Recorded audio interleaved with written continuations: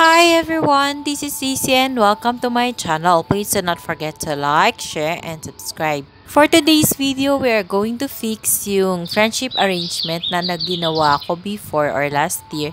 So, eto yung itsura niya. Nandito pa rin yung Graptopetalum mendozae and Echeveria. So, may topsy-turvy tayo, may variegated jadelet, may cactus, may blue cloud, and syempre yung ating tatlong fairy ornament is nandyan pa din. So, let's start fixing it by starting removing yung tatlong fairy para hindi na siya madumihan. And may namatay na haworthia dito.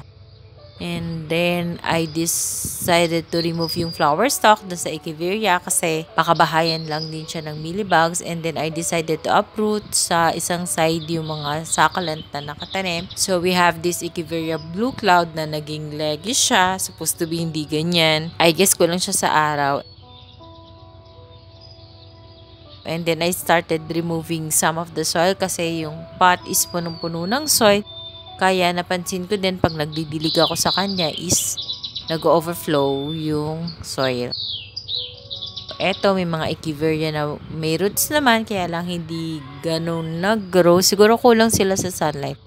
And then, let's start collecting yung mga green pebbles o yung green stone na nilagay ko as ornament. So, we are going to wash it together with the 3 fairies. So, yung 3 fairies, nag-represent siya kay Sisi Mitch, sa akin, at saka kay Sis Jeremy. So, ilagay lang natin sa back part yung cactus. So, binawasan ko nga ng soy mix. And yung soy mix pala na ginamit ko dito is yung parang usual soy mix ko na 50% loam soil and 50% pumice stone. And then, linisan lang natin yung Echeveria kasi nalagyan siya ng lupa. So, let's check yun. So, wala naman ako nakitang any pests or ants dito sa soy mix. Tinanggalan ko lang din ng dried leaves yung ibang Echeveria. And then, we're going to put this dehydrated jadelet pero hindi siya variegated. And in order to give nutrients to the jadelet, we have to put fertilizer, which isang ginagamit ko talaga is Osmocote ever since. So, ilagay lang natin siya sa tabi ng cacti or cactus, I mean.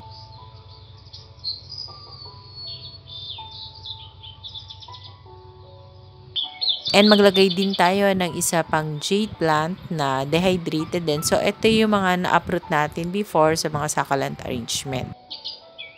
And right now, ipapakita ko sa inyo kung paano ginagawa ko sa mga Echeveria ko na nagiging leggy. So, first, in the middle part, tinatanggalan ko ng leaves and then, kinakat ko yung stem. So, bakit ko tinatanggal yung leaves? Para makat ko yung stem ng straight cut. And then, in-sprayan ko ng alcohol. Nagtanggal pa ako ng leaves dun sa ibabaw ng stem kasi para dun tumubo yung babies if ever natutubuan siya. And then, nagbawas din ako sa ilalim nitong pinaka-rosette ng leaves para dun naman tutubo yung roots pag tinanim natin siya.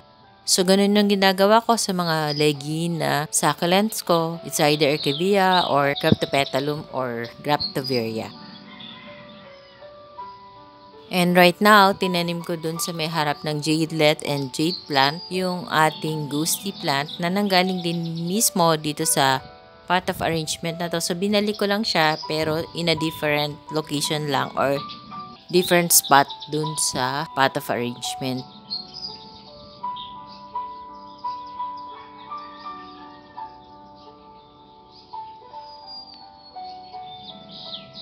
Tanggalan lang natin ng mga soil kasi nalagyan ng soil yung ibabaw. So, medyo nahirapan akong patayuin yung ating ghosty plant. And yung ghosty plant, ang color niya is bluish gray. So, maganda siya. It add colors to the arrangement. Ibinalik ko din yung Graptopetalum myrinae dito sa may tabi niya sa side ng pot. Usually, ang Graptopetalum myrinae is nagtitrail din siya. So, kung sakaling magtrail siya, dito na lang siya sa may edge ng pot magtitrail. So, let's now put our top dressing. I decided to put black sand kasi parang mas maganda ang black sand. Before kasi ang top dressing nito is red sand. So, madali siyang na-wipe out. So, naisip ko, ang gamitin ko na lang is yung black sand.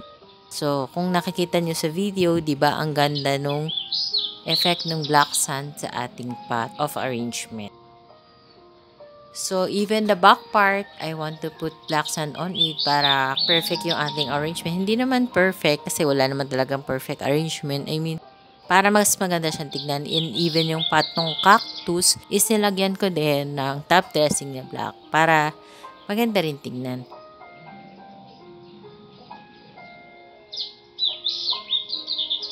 Ita-top dress lang natin yung buong pot, yung middle, yung back, yung side. So, medyo mahirap lang kasi ang struggle dito, pag may mga nakatanim na nga na echeveria or succulent, is nalalagyan talaga yung in-between ng leaves nila. So, medyo mahirap tanggalin. Kaya kung nakikita nyo sa video, is pinapagpag ko sila para bumaba yung mga black sand na nalalagay. So, nalagyan din yung ating parang palayok na may blue sand. So, ayusin ko na lang yan mamaya bago tayo mag-closer look, and then let's continue putting lang yung top dressing natin na black. So, ang ganda niya, diba?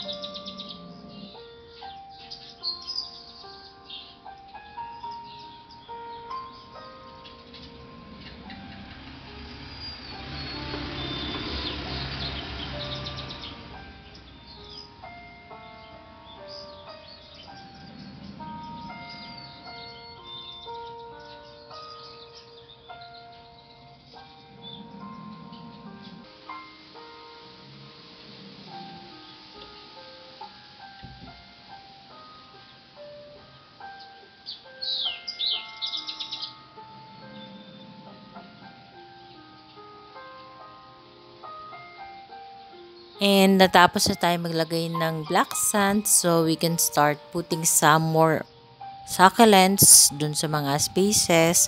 So, ito yung mga cuttings na nilinis natin from the previous arrangement natin. So, ito yung mga in-uproot natin, nakinat natin. So, medyo dehydrated. Actually, hindi medyo dehydrated na talaga sila. So, ito namang echeveria na to is galing dito sa pot na to. We just have to remove some leaves and yung dried leaves, and tinanggalan ko din ng konting roots. So, ibabalik ko lang din siya dito sa pot of arrangement. And then, syempre, dagdagan pa natin ng succulents dito sa may side kasi parang nakakakita ko ng empty spaces. So, gusto ko sana full of succulent yung pot na to kasi parang ang theme is a fairy garden, but this arrangement is dedicated to our friendship. Hi, Sissy Mitch. Hi, Sis Jeremy. Please do subscribe to their channel. So, ang channel ni Sissy Mitch is Everything Nice at Mitch Succulent Love. And si Sis Jeremy naman is Jeremy Hermano. So, let's continue with the arrangement. So, yung iba, para malinisan yung mga succulent na cuttings kasi medyo maalikabok na kasi nga medyo matagal na sila dito sa aking tray sa working table. So, ini-sprayan ko ng alcohol para malinisan, and at the same time, it is one way of disinfecting also the succulents kung may mealybugs ba or any bacteria para pag nilagay natin sa succulent arrangement or sa pot of arrangement, hindi niya mahawa yung ibang mga succulents na katabi niya. So, meron pa palang dried leaves itong malaking echeveria, so tinanggal ko na lang din. And then, may empty space pa rin doon. So, let's fill it up para maganda siyang tignan.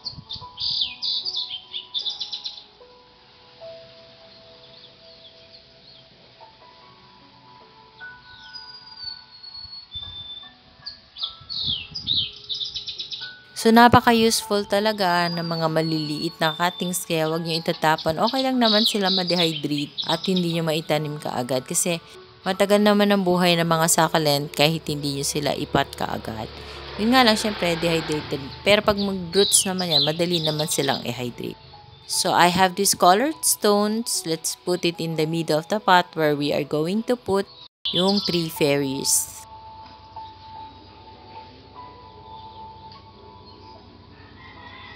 And of course, we have to add back yung green stones na winash natin kanina. And let's now put the 3 fairies dun sa pot of arrangement. So, nilagyan ko ng colored stone para mabuhay yung ating arrangement at maging colorful. And at the same time, ang purpose nun is para hindi dumikit sa soil yung 3 fairies at hindi sila masyadong madumihan. So, meron pa ako ditong maraming cuttings ng Graptopetalum myrinae and Mendozae. So, kukuha lang ako ng mga cuttings to fill up yung mga empty spaces pa rin na nakikita ko dito sa ating pot.